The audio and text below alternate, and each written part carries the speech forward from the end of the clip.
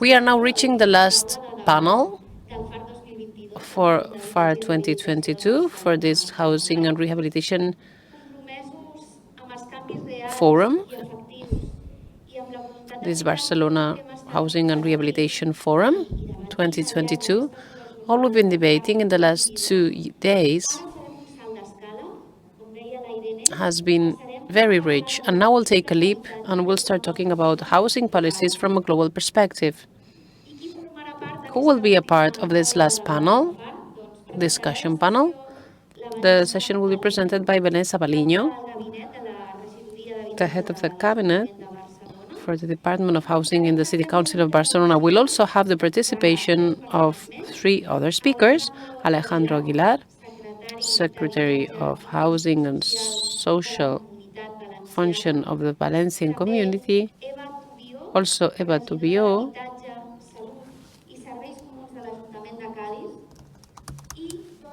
González, secretària executiva de Condominis, Ministeri d'Habitatge i Urbanisme de Xile. Crec que Councillor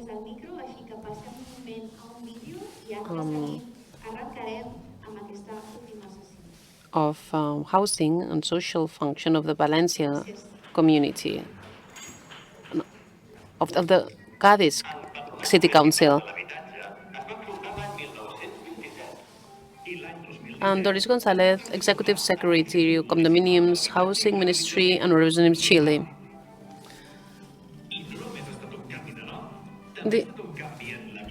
I en les maneres de fer. Darrere la gestió de l'IMAP, ara hi ha persones com tu. Que quin és el seu objectiu?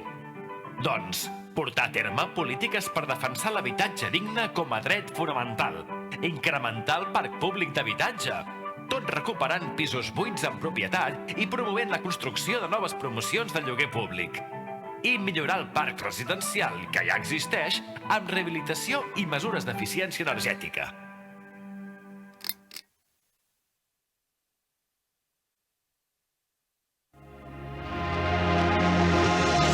Segurament saps que a Barcelona ens prenem l'habitatge molt seriosament. Per nosaltres és clau. Però no correm tant. Sabem d'on venim. Durant dècades, les administracions edificaven amb els diners de tots. I es construïa molt, sí.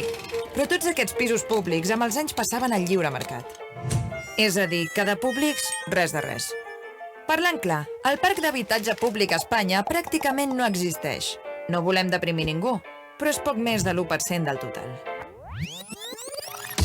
Precisament per això, a Barcelona, estem generant més habitatge públic del que mai abans s'havia fet. I ens assegurem que allò que avui és de tothom ho continuï sent també en el futur. I això és només el principi de la ciutat que estem construint. Perquè a Barcelona l'habitatge és clau.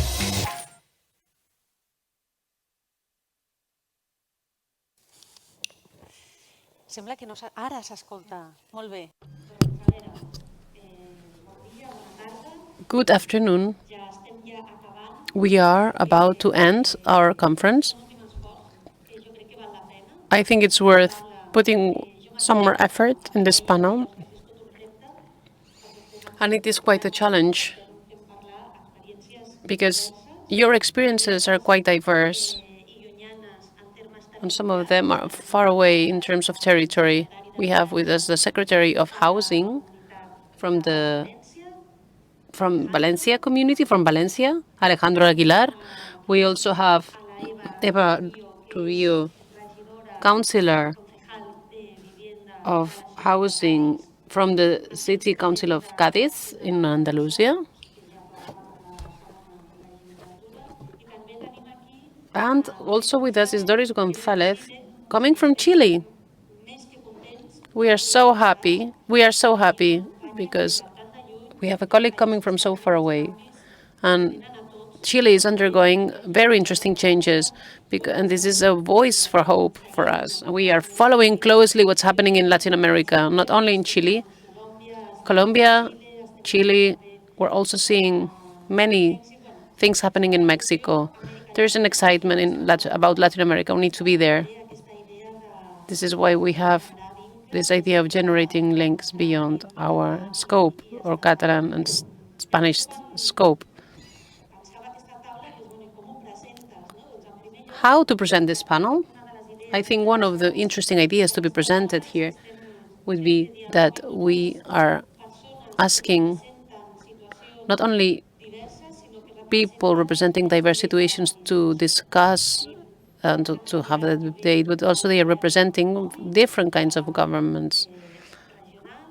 Alejandro is coming from regional government. Doris González is the executive secretary of condominiums, and she will tell us a little bit more about it from the Ministry of Housing of Chile. So that's the state level. And then the local level, which is the City Council of Cádiz, which, like the city of Barcelona,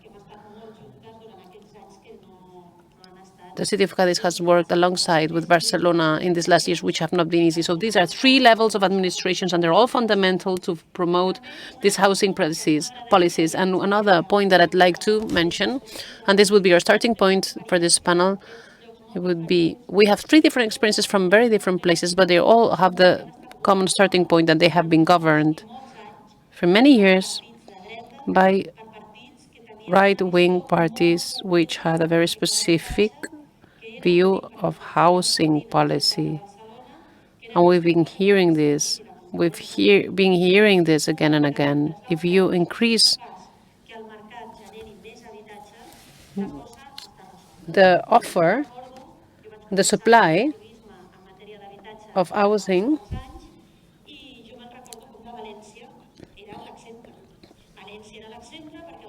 you will improve the situation of the city. Valencia was a clear case of this. In the capital city of Valencia was an example of neoliberalism and focusing on supply as the solution for the main housing problems. Let's see what Alejandro has to say about whether that was really true. Was it really a solution? Chile, the world example of how a country should go out of poverty, and private property was blatantly defended and promoted. And the worst thing is that a lot of countries looked up to Chile because we were being told that Chile was being successful. Chile was the best student of the World Bank, the World Bank's best follower. Doris can tell us a little bit more about it. In 2015, Barcelona also changed its local government, and people new to politics arrived in the city council. There were great challenges. This poses a lot of stress and anguish. In the city of Barcelona, this was for just one city, so I can't even imagine how someone in charge of a whole Ministry of Housing for the whole country might be feeling. Same with Cádiz. This is a government experience coming from the right-wing party government after a long time of a right-wing government in Cádiz. In 2015, Cádiz changed its city council government, and the new government started to turn away from those neoliberal policies. But your new local autonomous government in Andalusia is now far right, so you have that added obstacle. This is our last panel before lunch, which means we should try to be agile, straightforward, clear, and brief. And we should come up with some ideas which will leave us with enough energy and optimism to make us feel encouraged and excited about the policies that you are implementing to come out of the situation where we are. The best would probably be to start with the local level. Maybe Eva could start for Cádiz. After that, we can go to the autonomous government and then finally the state government. We've asked them to speak for 10 or 15 minutes.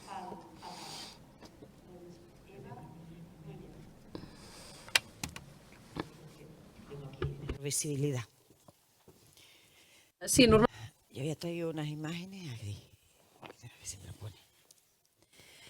Bueno, pues buenos días, traigo. Okay, good morning. I brought some images. Maybe we can show them up on screen. They will help me along my presentation. Well, as you all know, those of you who know, Cádiz is a very small city, 12 or 14 square kilometers, and right now we have a population of 114,000 inhabitants. In these type of events on housing, I always say it's important to have representatives for medium or small sized municipalities, because housing policies are done everywhere, and housing policies are not the same in smaller towns because of the population and the resources. So Cádiz represents a medium-sized city with a population. We lost 40,000 inhabitants over the course of the past 20 years. So right now we have an aging population and a young population was having difficulties to have access to housing. Young people can't access housing. The prices are really high on average. It's 750 or 800 euros a month. It's far too expensive. Plus, we have to deal with tourism on the one hand, and we have a large university population, which is leading to gentrification and the expulsion of the local population. At the same time, since Cadiz is a small city covering a small area, there's a high density of population, so the situation in terms of housing was very complicated. When we gained power in 2015 and in the city council, as Vanessa said, the previous party in government for the last 20 years had carried out private housing policies, and that's what happened in Spain for many decades.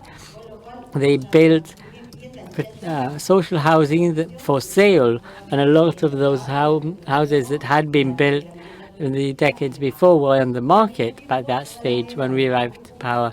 All of the public stock, it was very old, it hadn't been renovated, and it was up for sale. So one of the first measures we took was to stop selling our public housing stock and only construct or build social housing for rent for the most vulnerable. And now we're also building affordable housing for young people, because as we understand, the youth needs that initial help. When we hear other political parties, sorry, I'm a political representative, so I have to make a reference to politics. When I hear another political party saying that youth shouldn't be taken into account. I mean, if there is a party that defends no regulation and no limitations to touristic accommodation or defending speculation, well then of course they won't be defending and protecting youth. They'll be sinking them into further misery, because those youth will never be able to become independent or living in rooms for rent. I remember when I was young, I had the opportunity of sharing a flat with some friends, but it was for a short period of my life and on a voluntary basis. But now youth have no other option. They pay 400-500 euros a month for a shared room when they're 28, 18, 25, 30. It's truly alarming. I don't understand how more people aren't out in the streets. Yesterday we mentioned the importance of the tenant unions and social movements with regards to the bubble of rental prices and the evictions. But I think we need a stronger reaction. We need all citizens to react, because we are being evicted from our towns and cities, and we have to say enough is enough, because it's affecting us directly, our children, our nephews, nieces, so we must go out to demonstrate on the streets. Another thing we said is that it is true that when talking of housing, everyone thinks of housing as private property.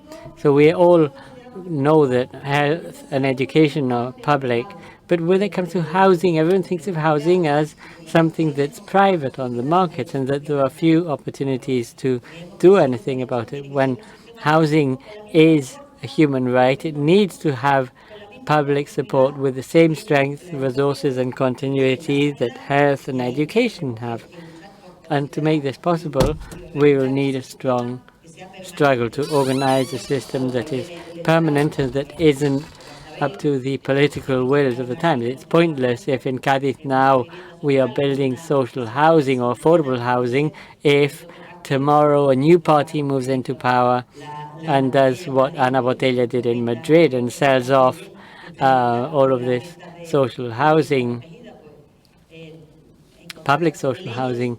We need laws and regulations so that when we generate a big enough public housing stock to even control the market slightly so that rental prices in the city stay stable, then what isn't acceptable is for a new party to move in and sell off the public social housing on the cities that Vienna built. Didn't build them in a week. It took them several years. So we need time to build up a stock of social housing, and we need protections in place to maintain those policies.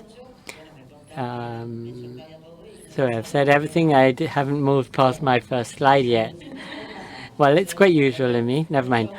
So those were the figures that I was sharing with you before. If we can go on to the next slide. Well, some of the actions we are taking in Cadiz is to build social housing for rent. We have some 2020 Horizon projects for warmer climates, for energy efficiency, so that we can reduce energy consumption in a social housing block. There are several projects around Europe. In the case of Cadiz, it's the only example where these funds are used for social housing. It's quite interesting. And then, as everywhere else, we are coming up with imaginative ways to transform office blocks into temporary housing. We're always trying to find a way to come up with housing alternatives for families at risk, which in our cities are many. We are also creating co-housing cooperatives and for the leasing of soil or land.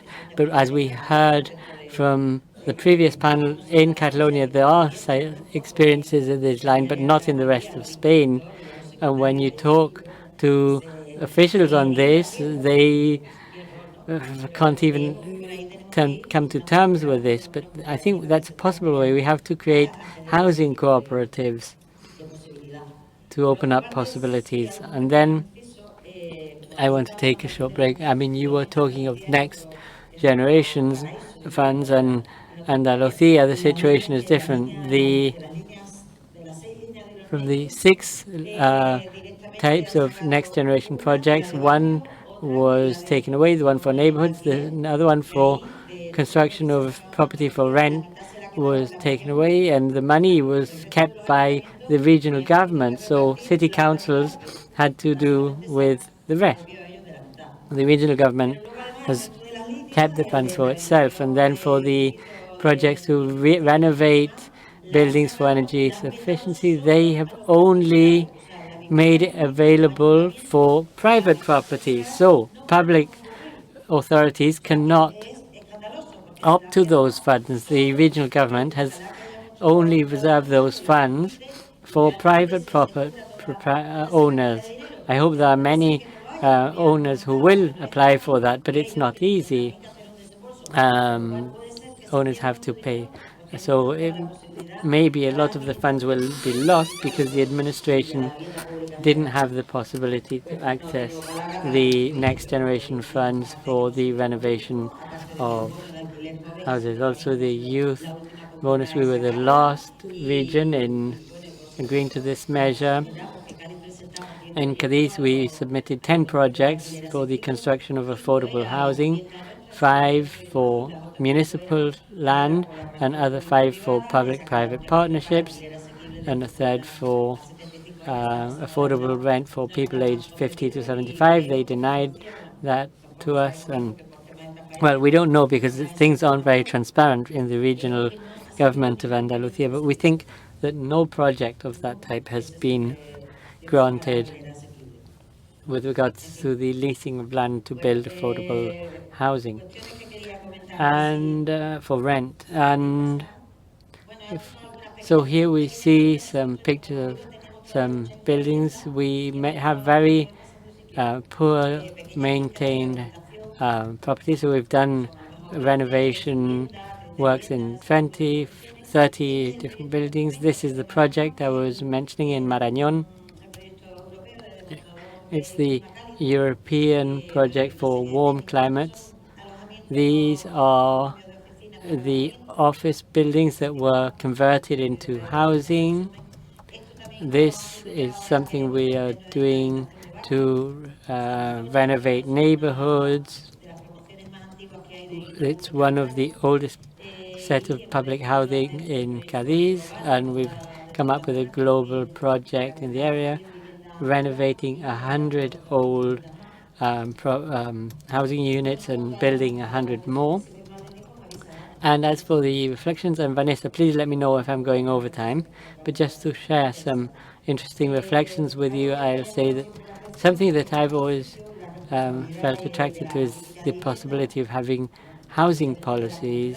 It's in the hands of the regions, but since the regions, like in the case of Andalusia, aren't good at this, the responsibility is always in the hands of city councils. And in many of Andalusian city councils, I don't know how things work here, but basically in Andalusia, all of the competencies on housing are in the hands of companies. At the end, it's always a business building social housing, and obviously we all know that a company needs to make an economic profit and generate income, and this isn't compatible. You can't have public housing policies with a purely business model that wants to make a profit.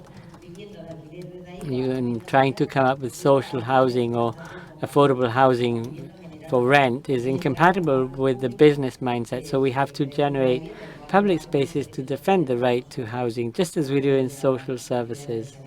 And it can't be done only relying on a business model.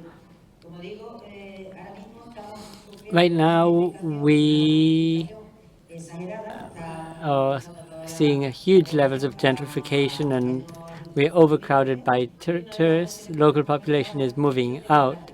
So we want to come up with a demographic survey. We think that demographics and housing go hand in hand. If we are losing housing units and people are moving out and the population is aging more and more, there are fewer. I think one of the birth rate in Andalusia is very low, one of the lowest in Spain. But at the same time, we see a much greater volume of housing. We have 20,000 more housing units. So we have people moving out and we have more housing units, because during the real estate bubble, it generated a stock of housing. We have less population, more housing units. So, I mean, the problem is the way these houses are being used. Are they empty? Are they used for tourists? You know, we are building cities that are not made for its citizens. We're giving other uses to the housing units, and that is why we want to have this demographic assessment to see what is being done.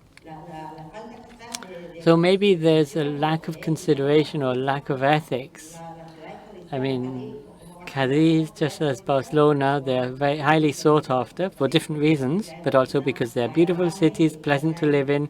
They attract population. Also Barcelona, because of employment, not in the case of Cadiz. There isn't much jobs available, but it's a comfortable city to live in. It's warm, and many are moving in to buy property in Cadiz, kicking out the foreign population. There are large owners in Cadiz. Very often greed isn't only in the hands of the big, the individuals are also greedy. And this is leading to our housing stock to reduce. 26% of houses that are bought up in Cadiz are for investment purposes purely. And it's quite surprising, it's something that Lucia was mentioning yesterday, and we've seen it in the press, how on certain real estate websites they are pushing for seasonal contracts to bypass the law. They're telling them how to bypass the 2% rent increase cap. They say, okay, so have a short-term contract, or don't renew the contract, and when the contract ends, you sign a new contract with a higher rent. And they're openly talking of these ways of bypassing the law when there's so many people that are in dire need of affordable rent. So it's a scandal. I may be leaving things out, but we will have an occasion. So I'd like to take the opportunity to thank the City Council of Barcelona, Lucia, Vanessa, and all of you guys, because we look up to you when it comes to public housing. And while here in this forum we continue talking of public housing, I think we're on track to find a solution. Thank you.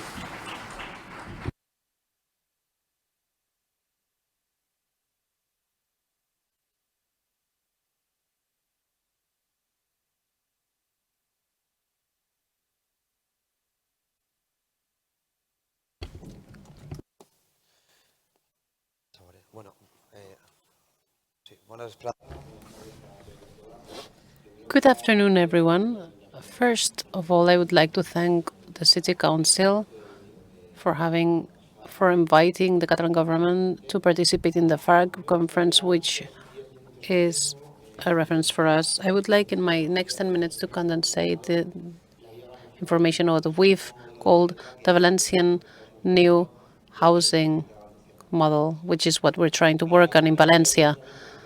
I will analyze the starting point situation, analyzing the oversupply, and then we will talk about the future challenges, short, mid, and long term. Concerning the starting situation,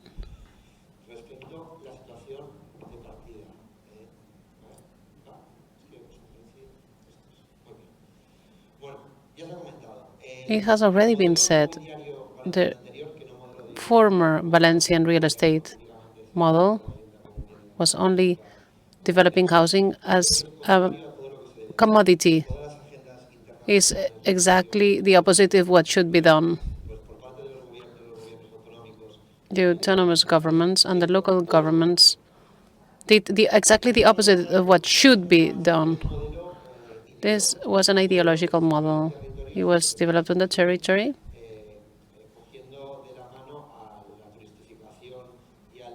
through touristification and speculation. They both mounted on a private vehicle, and for over 6 decades, they developed that model also during the Franco times, and they have had certain consequences, inequalities due to that unequal planning, also environmental consequences, and the population density.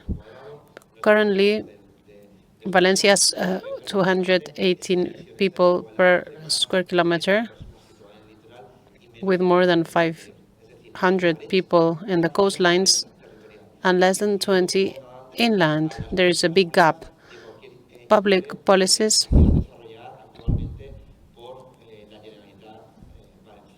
by the Valencia regional community has meant that there's been an oversupply in Valencia. Right now, we have 3.5 million housing units in Valencia for a population of 5 million. 1.1 million of these 3.5 millions were developed between the boom period of 1991 until 2010. And if we will allow me to say so, from 1991 Until 2010, 80,000 housing units were built. Of that total, 30% were destined to social housing and protected housing.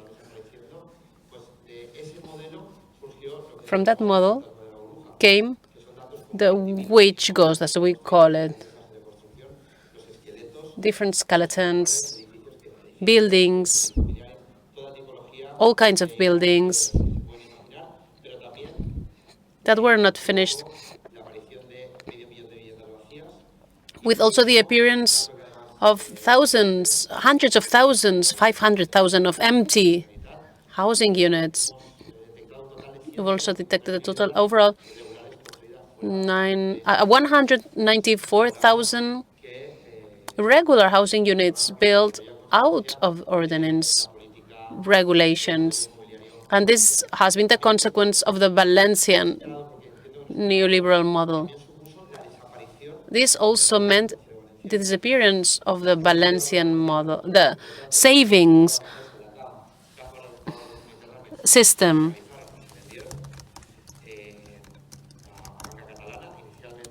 All savings banks were sold to big banking units, to big banks. The Bank of Valencia, which was a reference banking, financing savings bank of the Valencian society, was rescued. So the financing system, the Valencian finance system, disappeared. All these savings banks were bailed out. And the regional government wasn't able to find financing for a lot of the projects because of this. There is obviously a housing emergency because all this housing was developed only or based on a logic of supply and demand, which atomized the ownership, which ended up being concentrated in the hands of a few actors, which meant that there were 125,072 mortgage executions between 2007 and 2016. There was an increase of the price in housing with purchase that increased in the 20% in the last 4 years and rents in the 17.5% in the last year, which also brought about a fracture in the market, or better said, a fracture between the market and the social demand. The market works. The real estate market works. Yes, it works. Houses are being sold every month. We are overcoming the record of sales that we had before, but that doesn't mean that the market is giving an answer to the housing demands of the society in Valencia. On the opposite, the distance and the gap is becoming bigger and bigger. The market must be regulated because the system is generating dramatic emergency housing situations. Finally, the housing needs cannot be answered for because we have a very small public housing stock. Only 0.9% of the whole housing stock. That model means that there is a sale of the public housing stock in 37,558 housing units were managed in 1994, and right now we're only managing 14,631 housing units. So we cannot give an answer to the people who are demanding this help. We understand that it's many more people than that, but it's just for you to understand comparison. We want to put an end to this model in order to develop a new housing model. In this legislation, in our government period, we had no previous framework, or rather, the previous framework that we found legally was a law where there was a general housing directive, and then there was a and what we did was we developed a bioclimatic housing plan, and we've been the only regional government that is not sharing other competencies that are equally important. Catalonia is a good example of a department of the government that allows us to work along the housing policies under the responsibility of a second vice presidency that is giving these policies much more important. We started a strategic plan, the Habitat Plan 2030. A series of principles were established, also a series of lines of work. We needed financing. We increased the budget in 114%.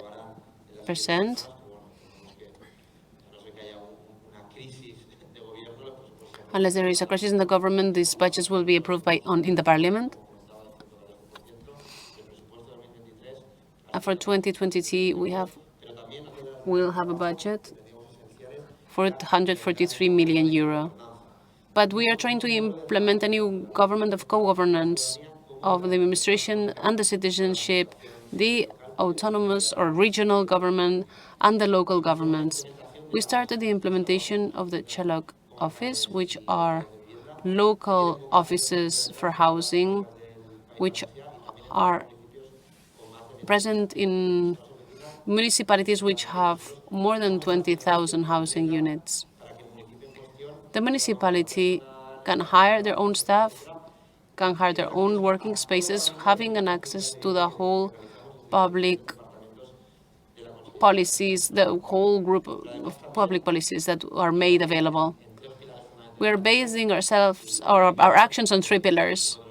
First, one of the most important things, the extension and improvement of protected housing stock through the buying of public housing, 1,187 housing units in 98 municipalities. Second, the right, we've carried out a preferential right for 783 housing units for a value of 44 million. This has allowed us to face housing emergency situations. For example, this preferential right to purchase, we have applied it for 72 families for this week. Another of the fundamental mechanisms we've used has been the direct purchase of housing units. And different regulations have been developed so that we can directly access the market and avoid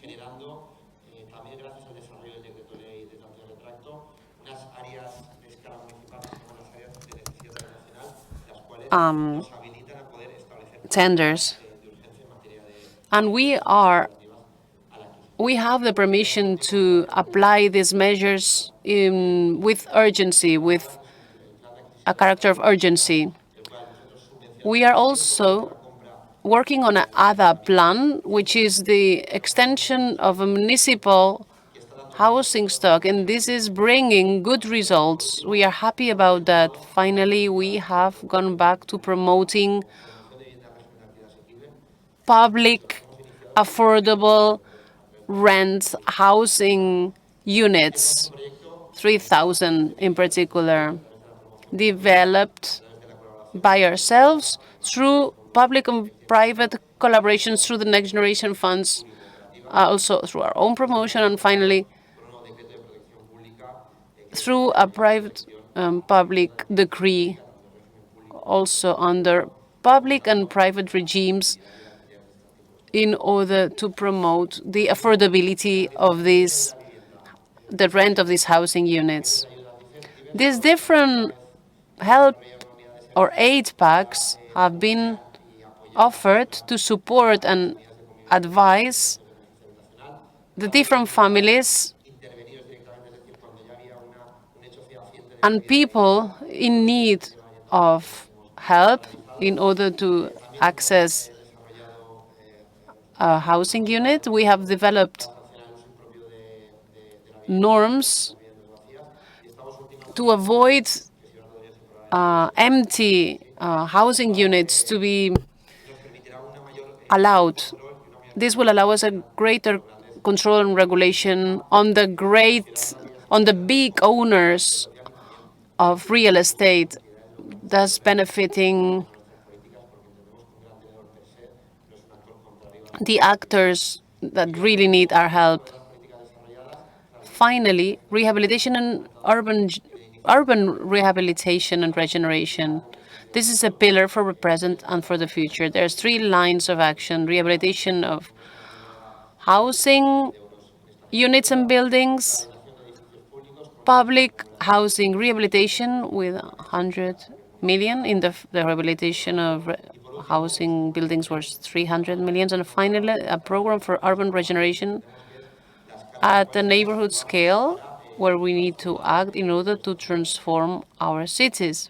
For this, we have 175 millions. And also next week, not the next week, but the other, will publish our next generation European Fund report. The 30% of the overall investment for rehabilitation should be for urban regeneration. That 30%, what we did with that was we used it for a bit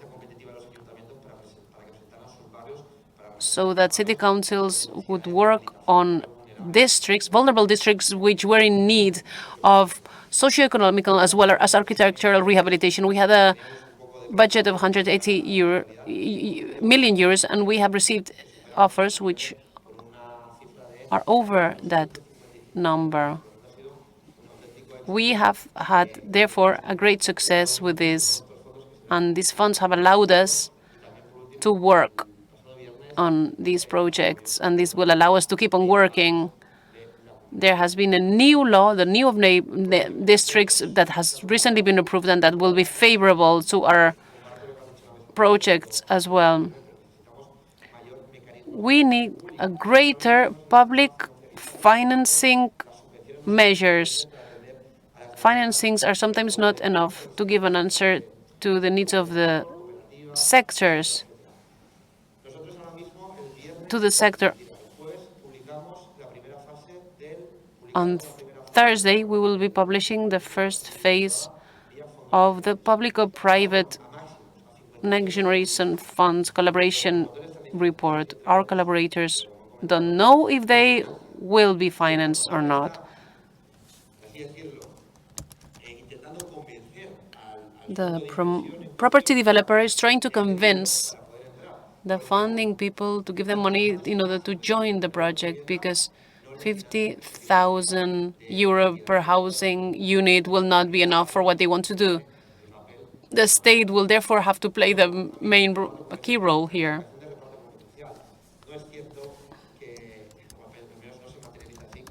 It is also important to mention that competence distribution has to be done in a proper way. We don't have an ability in terms of capacity in terms of credits, for example, and the state, in a certain way, is still directing the housing plans that we are developing under an autonomous plan. I think that a state program for housing, I don't think it should follow the state lines, just state lines that are all the same all over Spain, because different regions have different circumstances. Finally, the Valencia regional government is establishing the basis to start working on a new model of housing that will put an end to those former decades models, and it is meaning to develop a sustainable housing model that will really guarantee the right to housing to all citizenship, that democratic and universal right, which is our main goal and our purpose as a government. Thank you for your attention. Moltes gràcies, Alejandro.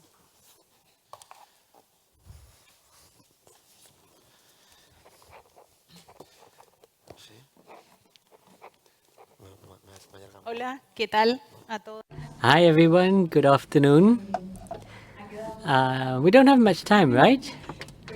In any case, I will try to summarize and explain, give you a general overview of recent events in Chile, and more concretely what we are doing from the Ministry for Housing. I'd also like to thank the City Council, Lucia, Vanessa, Javier.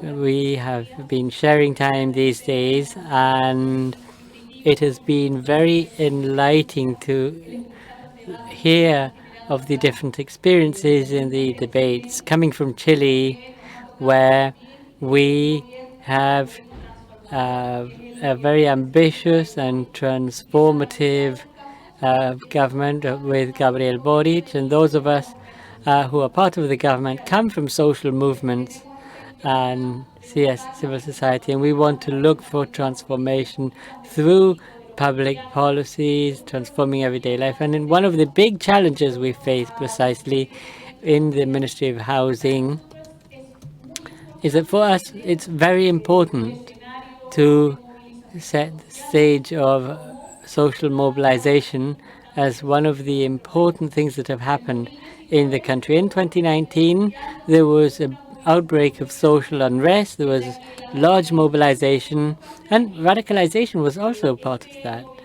That movement that was generated in an autonomous way that wasn't led by any political party was questioning everything that was institutional. It was questioning all of the institutions, state, parties, even movements and organizations.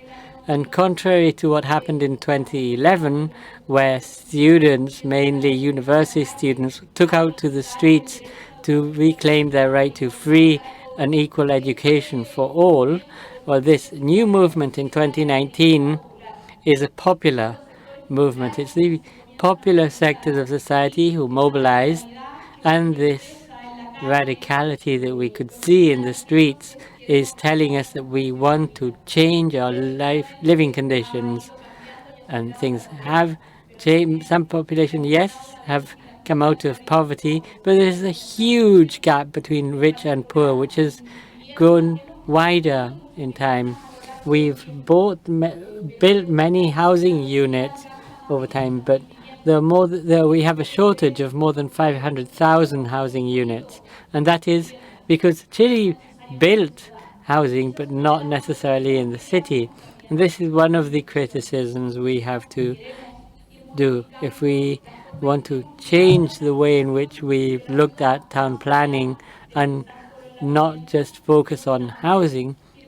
We also have to think of the quality of life of those who will be living in these housing units, a historical debt that we have as a government, and that is why from the Ministry of Housing we have reached President Gabriel Boric reached an agreement with the movements of populators, the La Castrina Agreement, aiming at starting a discussion between citizens and the institution, and there we want to think about town planning in a different way, where citizens have a central stage in this social transformation. That will also help us in the framework of an housing emergency plan that we have in Chile. I only brought this slide because it says it all. The housing emergency plan in Chile, the levels of inequalities are abysmal, but also during the pandemic, and this is what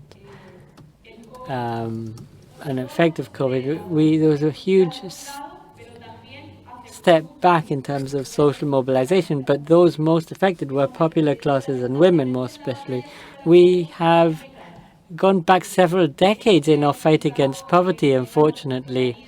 They have a high cost of living, high levels of migration, land have been occupied in an irregular way. There have been irregular settlers moving into lands. It's happened during the pandemic, and it's a widespread phenomenon. And that is why this housing emergency plan will try to come up with different alternatives. From the housing ministry, we have a series of goals to reduce the qualitative and quantitative shortcoming of housing units. And this will mark the difference what the state had done so far. They were looking not just at figures. We need to look at the human aspect. The human aspects we want to change. On the other hand, we also want to carry out housing investment to promote sustainable, gender-based and inclusive programs for our neighborhoods, to look at the different actions that are needed with a strong gender perspective. And because women accessing housing grants are women, we also need to increase equalities through a territorial integration strategy that is multi-sectorial, sustainable.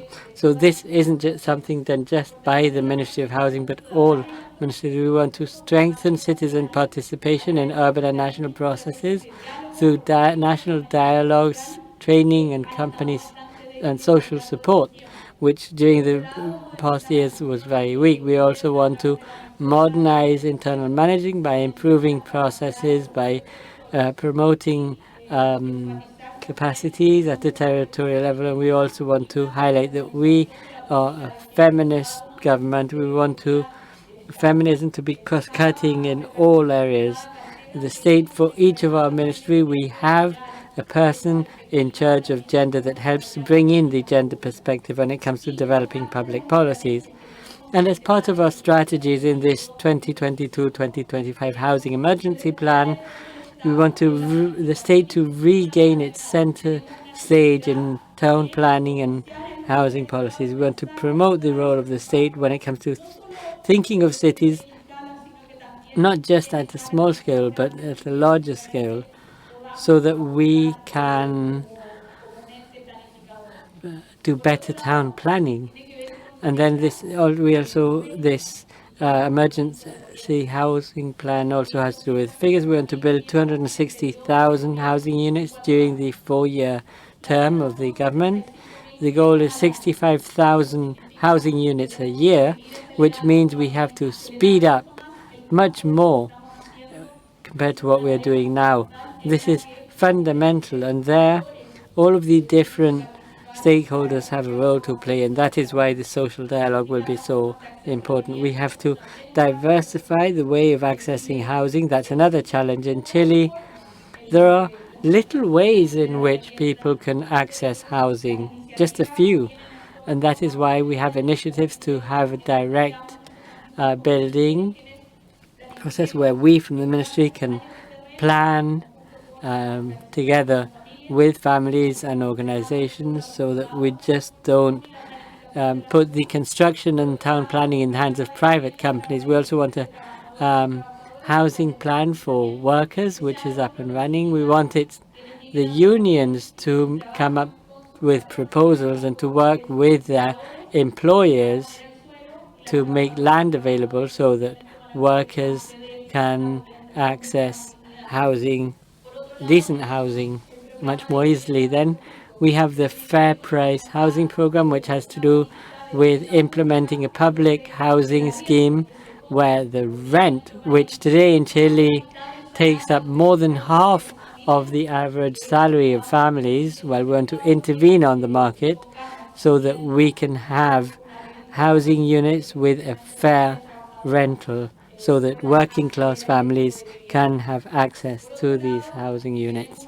On the other hand, we have the municipal housing program. That means that municipalities will be able to manage the housing units that will be made available to them, and from the ministry we will work to make this possible. Then we have the housing industrialization program, which we already have 2 projects in the metropolitan area.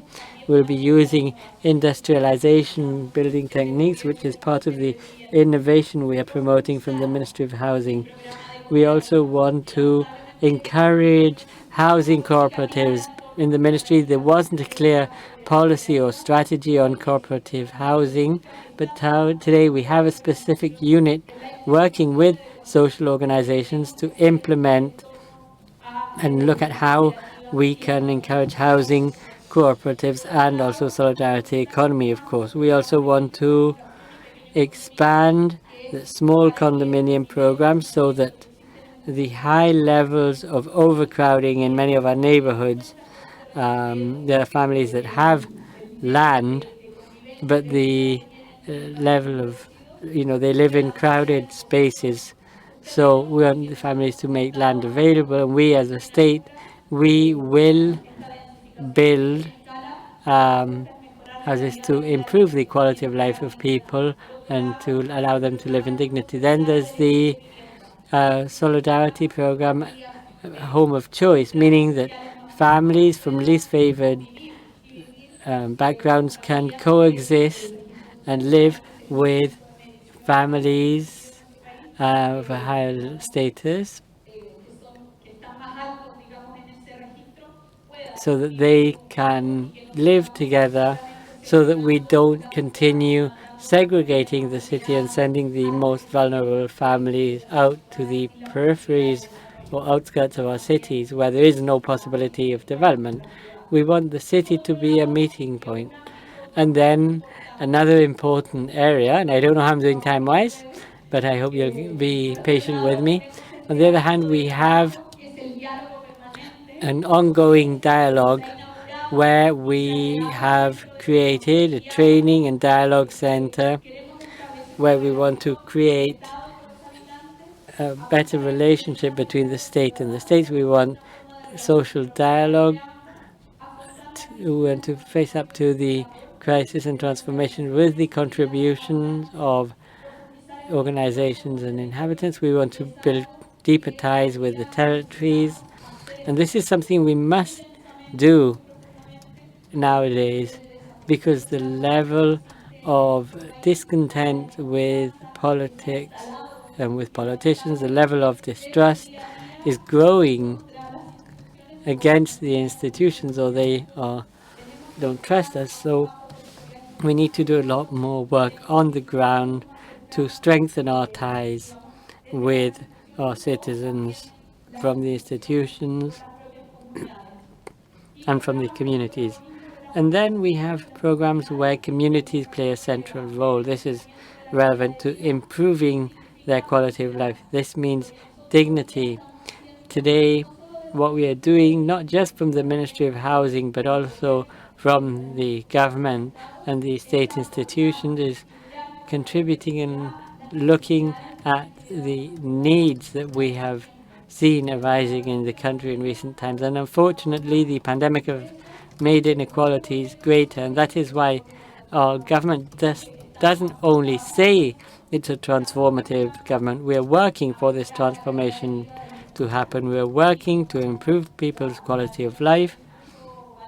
And with the question of Vanessa was asking us to try and wrap up, even if we're hungry, I'd like to wrap up by saying that we are faced by a huge challenge. And it's not only a challenge for Chile, it's a challenge we see in many countries and many territories. We need to look at politics from a more human perspective. We're not just doing public politics, we also have to bring a human dimension into politics. And what we're trying to do is to transform people's lives. That is what we are doing. That is what we strive to do every day, and that is what I came here to share with you in Barcelona, to find a way of transforming our cities, transforming our peoples, and transforming their lives. Thank you very much.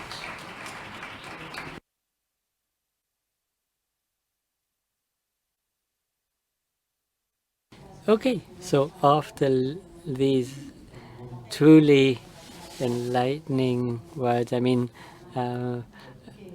after these exciting words, what I'd say, I mean, I guess there may be questions now, and from everything that has been said so far, as a city council, and I guess as activists, I mean, we have all been activists at some stage, and picking up on what Doris was saying, we need a dialogue. For me, one of the backbones of politics in any administration is dialogue and getting to know others. Dialogue between administrations, dialogue between countries, between cities, because with no dialogue there's a lack of knowledge, and the lack of knowledge leads to mistrust. That's the reality. Okay, so now it's time for questions, and they're asking, is the lack of land available in cities making us rethink public policies? How can we look at segmented and scalable housing policies? Well, I don't know who this question is directed. I don't know who it makes more sense to answer this. Perhaps Alejandro and maybe Cadiz. I'm saying this because as we're running short for time to not all answer the same question. Well, I'll focus on our experience and based on the limited competencies we have. We from the regional authority, we don't have a consolidated metropolitan area as Barcelona has, just as Elche and Alicante.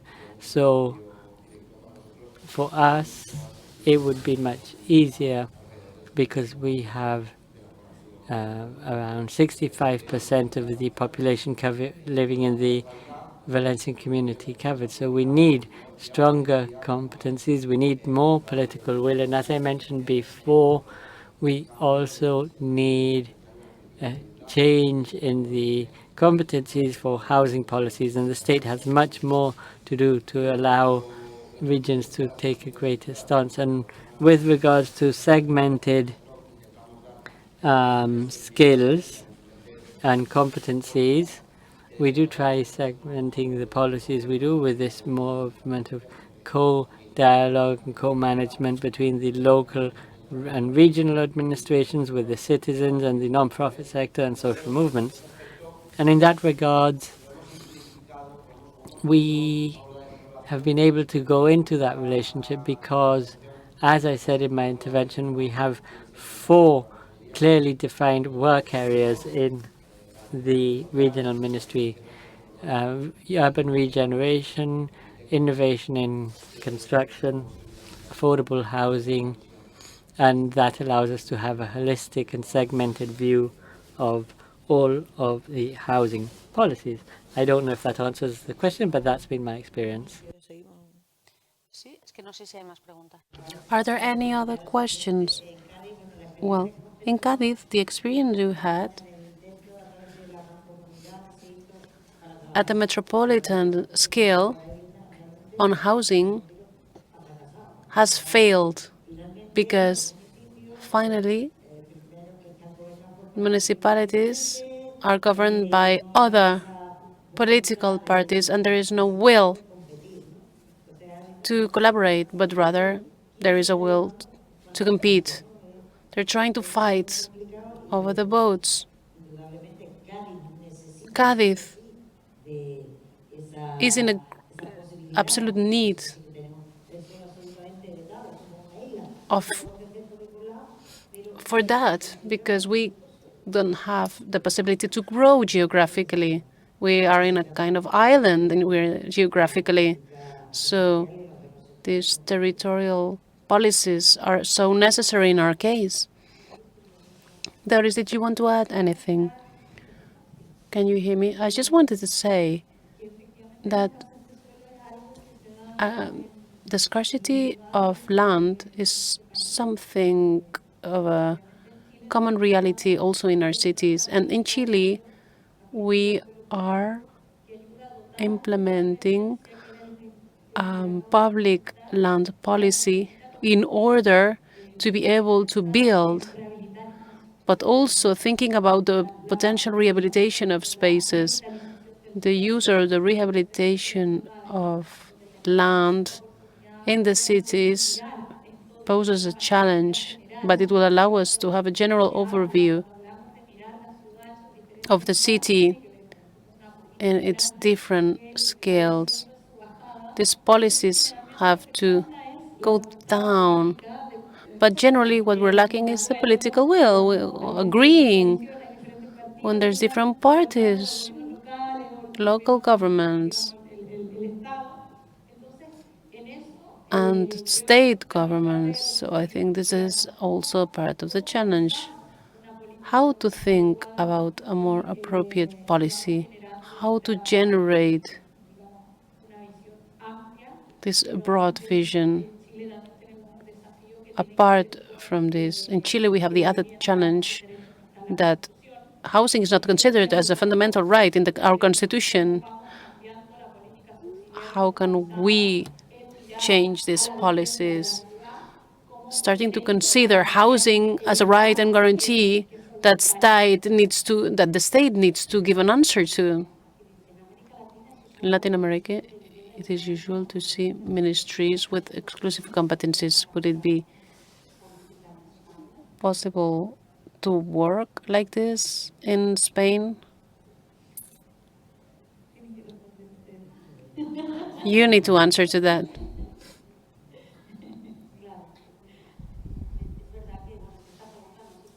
I don't know who asked this question, but it's a complicated question.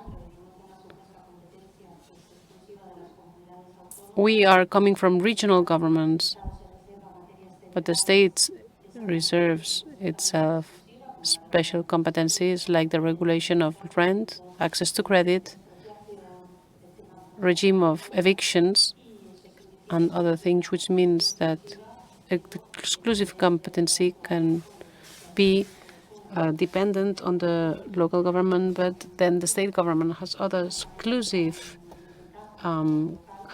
competencies such as expropriation, for example. It's complicated.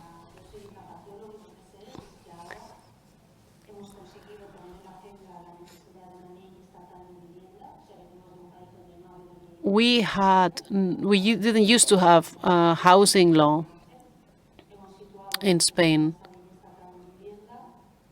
The need of a state law has been pointed out. Hopefully, it will be approved soon. And hopefully, there will be a stronger ministry with more resources to manage it.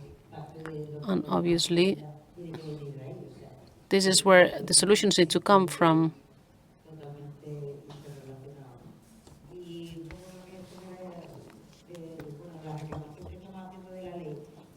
Concerning the claims we have on the law, this is not about believing in miracles, although this law is very much expected. We'll have to keep on insisting to get as much as we can in terms of rights out of this law. Why is it taking so long, though? It's becoming a bit suspicious, so that the price of rents can be regulated and the penalization of empty housing. Hopefully, all of this will be implemented soon in the new law. As you were saying, Vanessa, this question requires a deep reflection. Beyond the fact of whether we will create a specific ministry, we need an agreement for the housing model that we want to defend, because we are living a constant absurd in the relationship between local and state administrations. We have 14 programs for the local government, and you have to choose from each program. But the Valencian regional government is spending a lot of their funds in disappearance of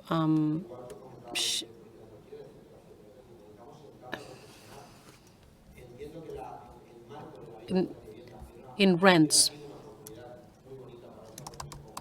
and in the destruction of shanty towns or shacks.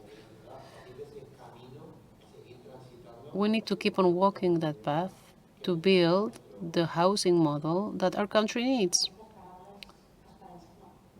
Just one last thing. Can I just say one last thing? Having a ministry, a specific ministry deciding exclusively on housing, we have 4,270 square kilometers of land. And there's a reality in the north. In the south, there's a different reality. So that is a total challenge. So the machinery needs to be greased constantly, and it's not a simple thing. Right, so we have this challenge, and we have also our stomach challenge, which is inviting us to go to lunch. Nuria will now do the closing. I just want to say something. Doing housing policy means also promoting spaces like this one. And this is as important as promoting the payment of rent or the creation of new housing. Without debate, it won't be possible to succeed in the new policies that we're trying to come up with. So thank you very much. Moltes gràcies. Thank you very much. This was a more political committed perspective, and this is how we want to close our third edition of FAR 2022, tackling housing challenges of the present and the future, with measures against gentrification, speculation, to work for social environmental criteria and public policies that will be essential for this new model that we're working for. Hopefully, this space will have opened necessary and critical spaces, a platform where we will have learned from experiences from other places in the world. Our model cannot keep on growing without limits.